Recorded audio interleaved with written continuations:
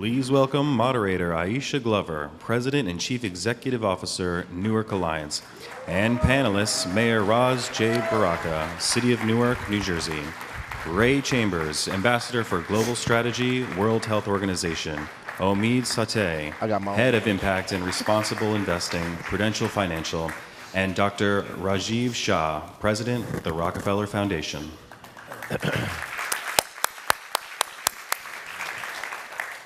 Good morning, everyone.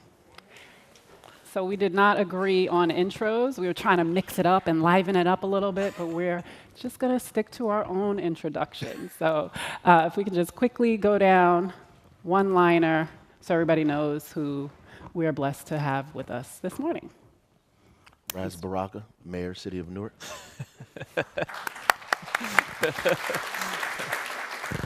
Ray Chambers, native Newarker.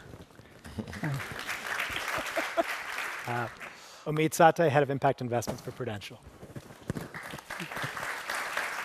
Okay, this didn't work because It we're just didn't, saying and nobody what did we were already intros. These are titles. But I'm Raj. I will just say friend of Ray's and a big admirer of what's going on in Newark around opportunity zones and lots of other issues. Great, thank you. So I do want to just kick it off with the mayor. If you can just share with everyone a little bit about your approach to equitable development and why you think Newark is uniquely positioned to take advantage of the OZ legislation. Well, first, this whole concept of equitable development is something that mayors have been struggling with all over the nation. Actually, it's not something that is germane to the city of Newark. We just began to try to get on the ground early. A lot of folks are talking about housing and access to affordable housing, commercial development, local retailers, opportunity to get the people who lived in the city during difficult times, during hard times, particularly black and brown people in these communities, poor folks who have not had the opportunity. Now that opportunity is coming to their community, wealth is coming in. Usually the trend is they leave. Right? What we want to do is create an opportunity where that does not take place, where there's investment, where there's home ownership in a community, where we begin to get local minority developers to start their own, their businesses to do development, to partner with bigger developers as well, use inclusionary zoning to kind of even off the affordable housing and create a fund that we could begin to invest in other parts of the city so that we could begin to recreate and redevelop neighborhoods that have been abandoned and disinvested in for a very, very long time. So we have an Equitable Growth Commission, we have inclusionary zoning, we have minority co-developer legislation. We putting everything together, and I think those things are the tools that make opportunity zones, more attractive here in the city of Newark. Because when that capital comes into the city, we already have tools in place to be able to capture it and use it in an equitable way, and have people in place that are laser-like focused on how to make that opportunity inclusive for everybody in the community, not just a few real estate developers. That's right. Sorry, I'm going to cheer people on here. So to that extent, thinking about all the tools that are in place, what comes with that, or what's really needed to carry through is collaboration. So Ray, you are a critical partner in kind of coalescing the private sector in Newark's bid to Amazon, which definitely speaks to the culture of collaboration in our city. How do you think Newark's bid leveraging the OZ opportunity was presented and received by Amazon? And I guess you just chat a little bit in general about how this collaborative approach is being applied to optimizing the OZ. Thank you. First, let us thank Forbes and Steve Bertoni for selecting Newark and this wonderful venue for this great thing. And John Lettieri and EIG, thank you also. I'm on the board of the Sean Parker Foundation and have been for the last 6 years.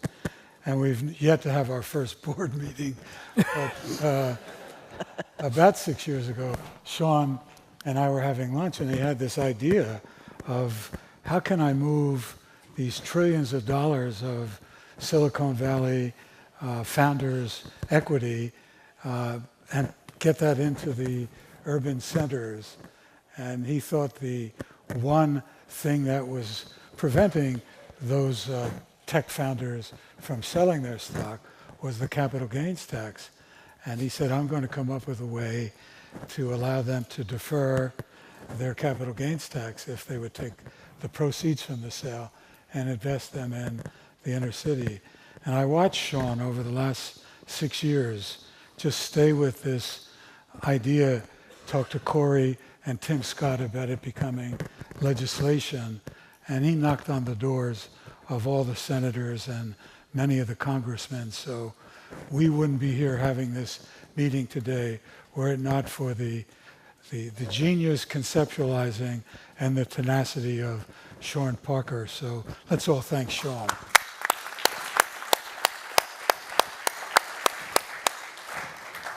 You know, Newark did finish high in the rankings of the quest for the second world headquarters for Amazon. And it was an unprecedented partnership, as the mayor alluded to, from Princeton University to Rutgers here in Newark, Stevens Institute of Technology, Prudential Financial, Broadridge Financial, Panasonic, and especially led by Audible.com. And we now have in downtown Newark the core of a very exciting redevelopment. And the developers who own a lot of the land in this district are very open to working with the mayor and the city council to take this opportunity zone opening and not just do an opportunity zone fund that would benefit a developer and investor, but rather use it as a catalyst to transform the entire city. So we're working on ways with separate funds to take some of the economic benefits of the Opportunity Zone legislation, the New Jersey Angel Investor Tax Credit, the Research and Development Tax Credit, and to deposit an agreed upon amount into a community development fund that Mayor Baraka would have to use for housing, healthcare, education, job training, economic opportunity for all the people in the neighborhoods of Newark. And Raj and Omid and Aisha and I spoke yesterday about wanting to make the point, and echoing back to what Sean had said to me 6 years ago, this will not succeed if it's just a developer and investor getting a big return. This will only succeed if it's the catalyst that causes the tide to rise and all those other boats rise with it. That's why I felt like I should be cheering. So thank you, Ray. And just to build off of that, Omid, Prudential obviously has been really active in investing downtown, and so to kind of build off of this district concept, how do you envision the OZ opportunity be executed and embraced? And maybe you could just chat a little bit about ways that we might think about leveraging this downtown investment for the benefit of the neighborhoods. Sure. So, I think to build off what Ray said from the Amazon process, right? I mean, the thing about the opportunity zones is it's what we make of it, right? The incentives themselves are what they are. They're fairly cursory. It's a few pages.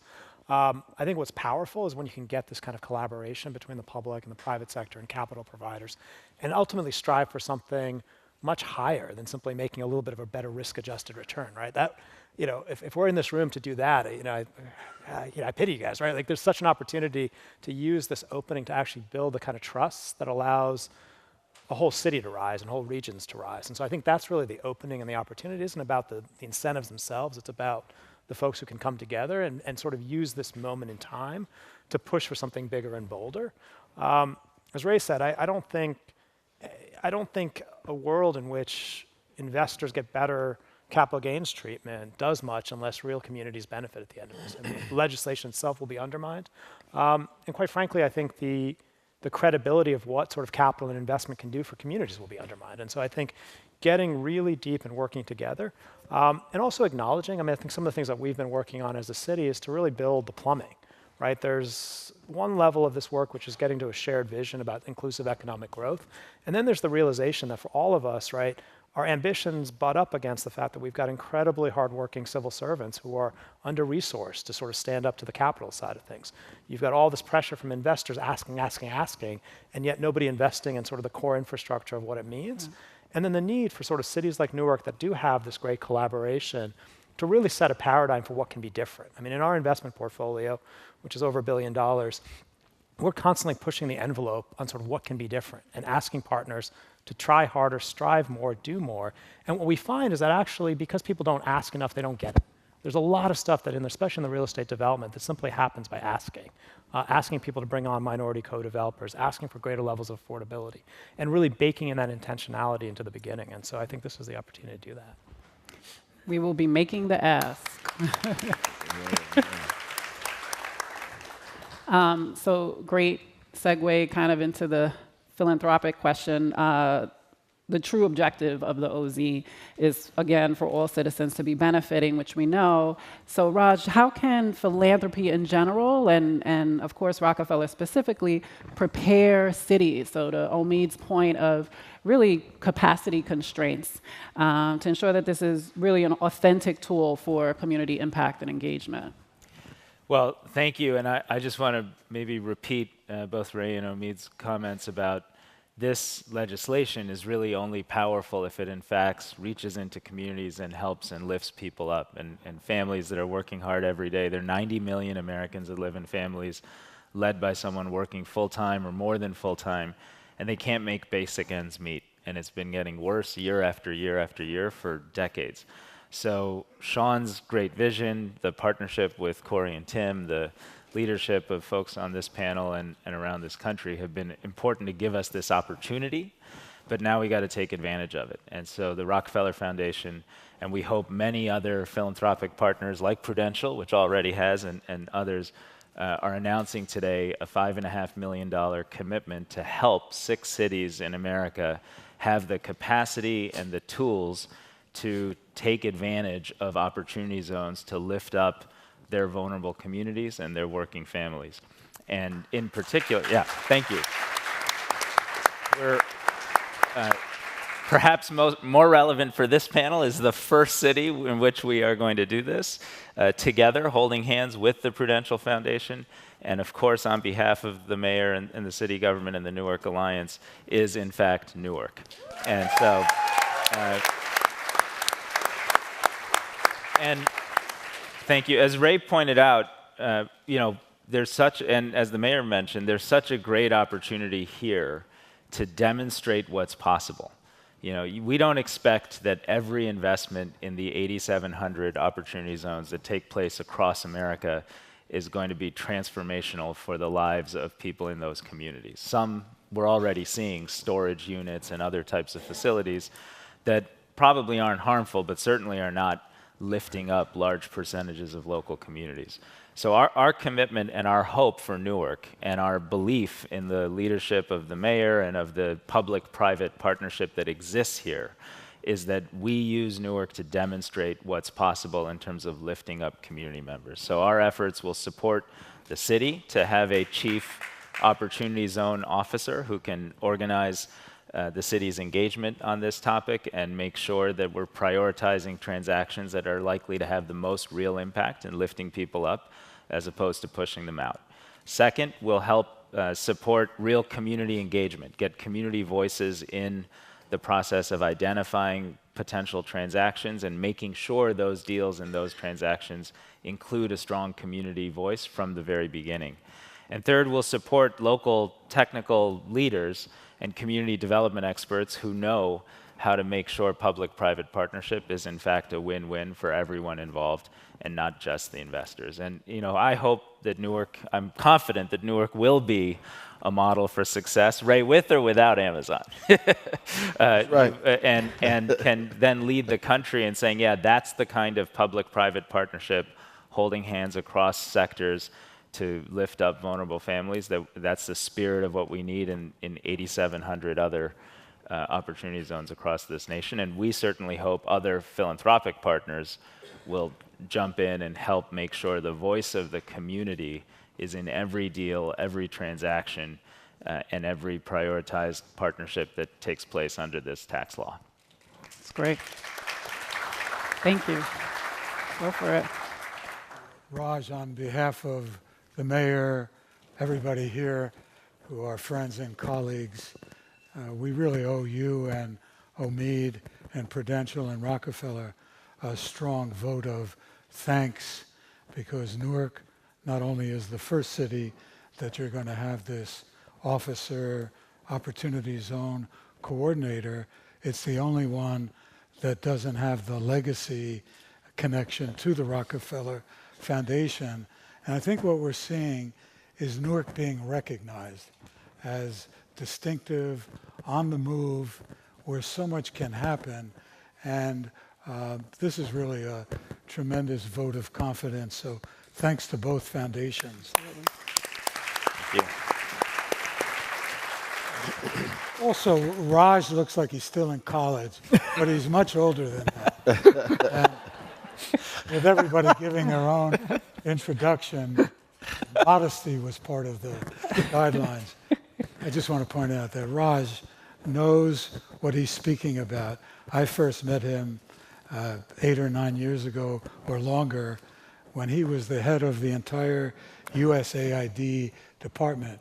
So he was singularly responsible for all the money that came out of the US government going overseas for HIV/AIDS, TB, malaria, maternal health, child health.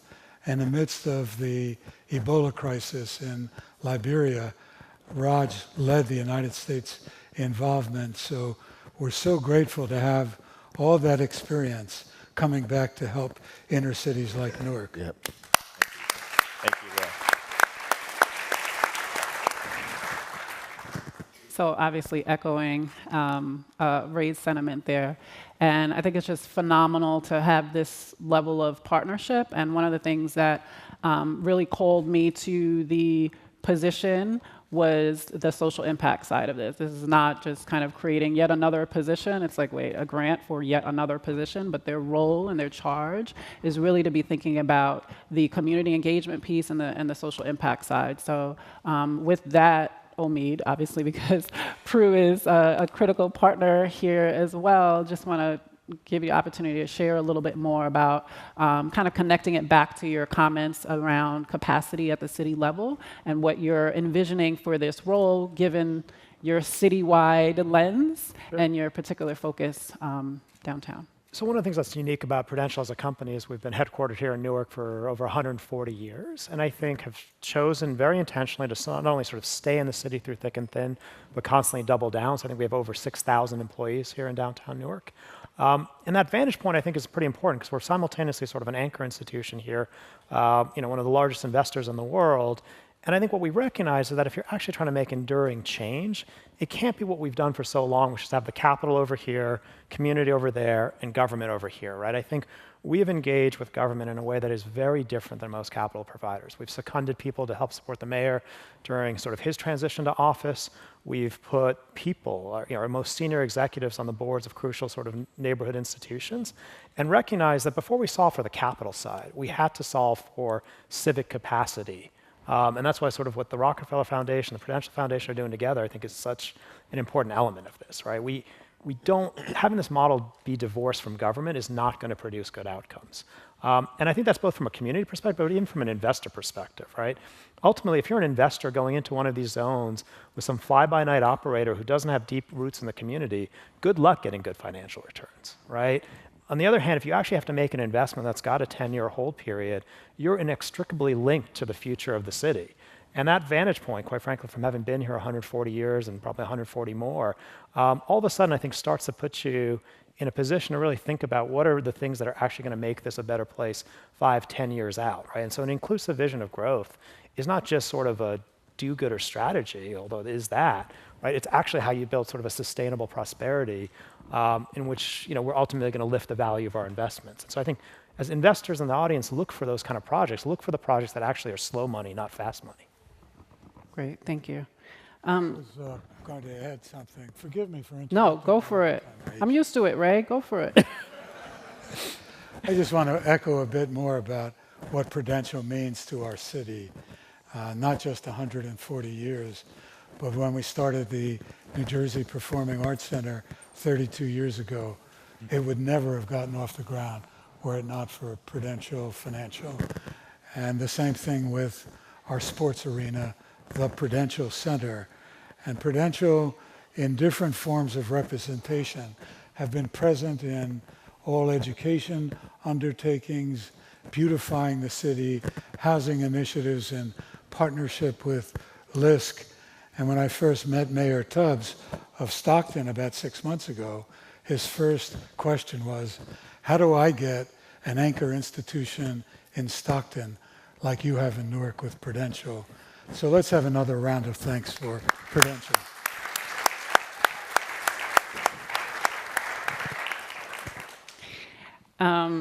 Forgive us if it feels like a love fest. We actually do work together and enjoy working together.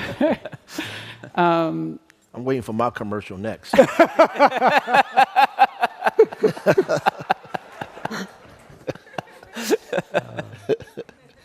right, so should I take the commercial next? I guess, is that I'm at a loss for words. Now that Mayor teed it up, I must say, since he's been mayor, and a number of you in the audience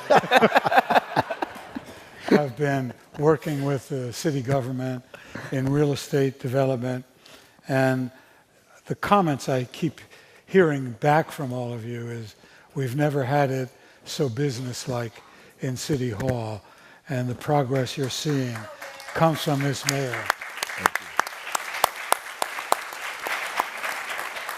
And when we exerted the effort to try and get Amazon to come to Newark, the mayor led that effort in the greatest public-private partnership that ever occurred in New Jersey. And when the people were here from Amazon, they said, we'd love to hire Aisha Glover away from you. But we've never seen a mayor like Mayor Booker, and he and Mayor Garcetti of Los Angeles are the two most impressive mayors we've come in contact with. So thank you, Mayor.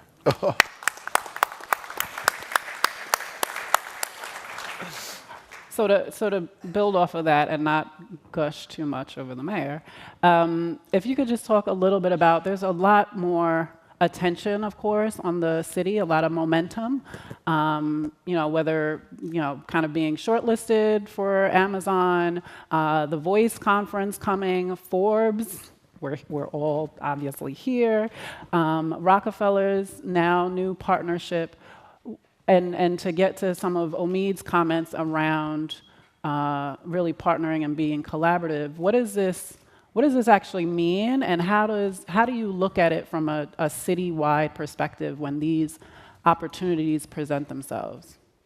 Well, we always look at everything as, an opportunity for us to lift the entire city up, not just the tracks or the demographic and the geographic area that exists in the downtown area. We're trying to find opportunity, wealth, capital, investment for the rest of the city, not just real estate investment, job growth, income to families, healthcare, all of the things that you spoke about earlier. That's why one of our opportunity zone tracks is an industrial area, because we want to create industry that creates jobs, good paying and sustainable jobs with opportunities for healthcare for the residents of this town. So we look at all these things as an opportunity to keep people afloat, to keep them alive in this city, to keep them growing and developing and not displacing them. And usually when there's a lot of attention on the city, that creates a lot of anxiety. And so we have that in Newark. There's a lot of anxiety about all of this interest in the city of Newark, all of these people wanting to invest money, because immediately people translate that to mean that's it for me in my neighborhood. I have to go to Pennsylvania now. So we want to push against that. We don't want to be Brooklyn. We don't want to be the Bronx. We don't want to be any of these places where, the people had to leave. We want to be able to struggle in this economy and experience the good side of what's finally about to happen, particularly in neighborhoods that have been disinvested in for the last 5 decades, right? To now say, we're going to invest in this community. What does it mean for roads? What does it mean for schools? What does it mean for job availability, my access to healthcare, my income, my family? And we want that to translate into those things. And that's what we've been doing.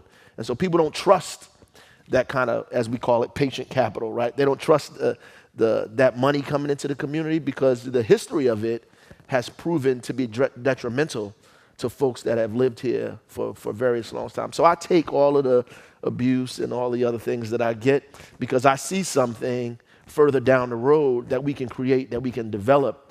And I guess that's the educator in me. You know, you can't look at a child as where they are. You have to look at it as where they will be, or else you couldn't educate them in the first place. So we have to move the city in a place where we can see it and not where it is today. So I just want to, Yeah, and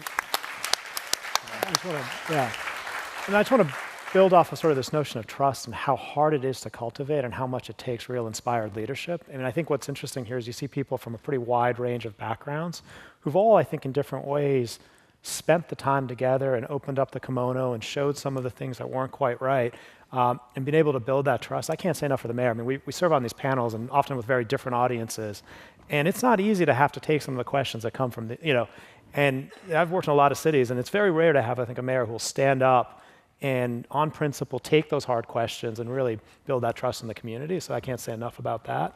And then philanthropy, right? I think both with Rockefeller and with what Ray has done for so many years can be a huge inculcator of that kind of shared trust, right? The meetings, the convenings, the entity that can sort of bring a lot of different bedfellows together and get folks to think differently. As you look at communities, I look at this room, there's obviously a tremendous amount of wealth out there. Having philanthropy willing to really sort of put the patience into doing that.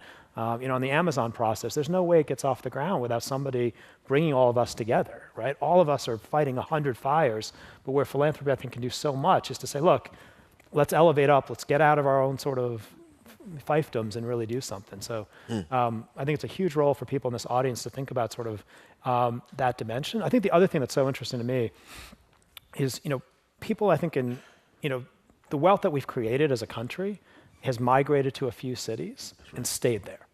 And great global networks dealing with all the world's problems, but not coming back home.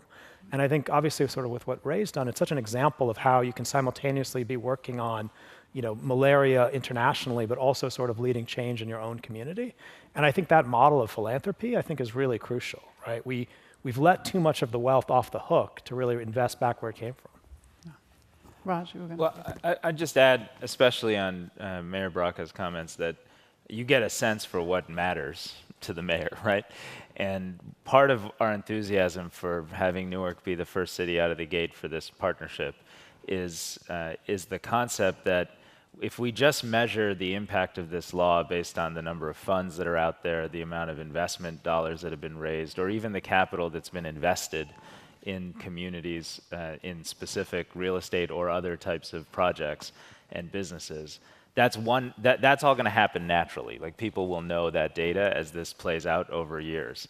The piece that's not as clear is whether we will really understand, did people feel like those investments lifted me up and let me stay in my community, or did it lead to other types of outcomes? And so we've had experiences working in other cities, and we've seen what works and what doesn't work. But the biggest thing that we think is important here is just staying focused on that outcome, measuring against community well-being. How are workers doing? How are families doing? Where do they live? What's their wealth? What's their on-ramp to get jobs at businesses that are beneficiaries of these tax opportunities, tax incentive-based opportunities? And I wouldn't dare try to introduce Ray in Newark, so I'm not.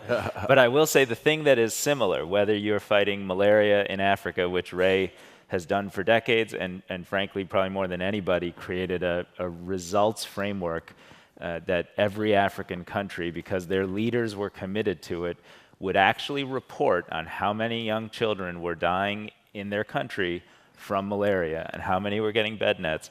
And that simple but powerful focus on measuring results really helped create a movement that transformed the health of hundreds of thousands of children across the continent. In the same way, creating that same degree of focus and purpose around measuring what's happening to families that live in these communities, not to investors that are putting money in, but to families, will, I think, allow Newark to set a powerful example and again create a movement that others can follow to best take advantage of this tax law and best lift up the most number of Americans. So we only have a couple of minutes left, so I'll actually turn it back over to Ray. If you can just talk a little bit about what that might look like in terms of how we're approaching the opportunity zones from that perspective of both measuring results, but then also just around innovation. So I feel like the city is in a unique position right now, and you have quite the tenure and business acumen. How would you recommend, obviously you've been involved in so many and leading so many of these conversations, how would you both think about the measuring results question, but then also how we remain innovative in this space?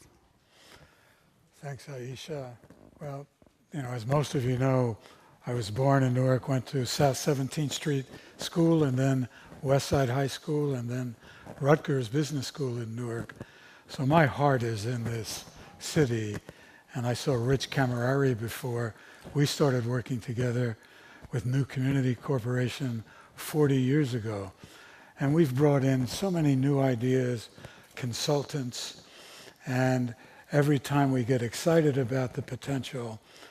But what the mayor was talking about before, how do we take something like this downtown development, the opportunity zone, the other tax advantages, but make sure every citizen, every resident of Newark, every child in Newark benefits from it.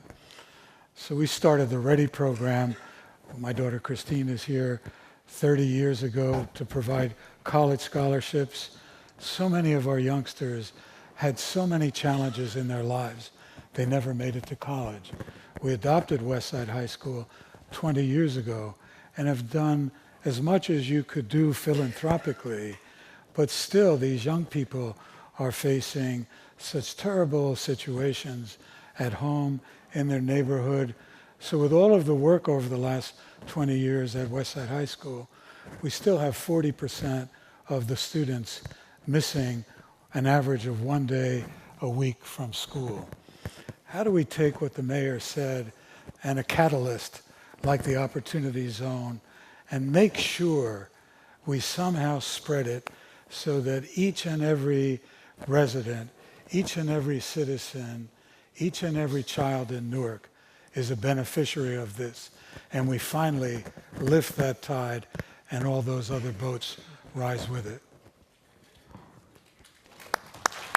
I just want to thank all the panelists. I think we're out of time for questions. Yes, we are out of time. Thank you.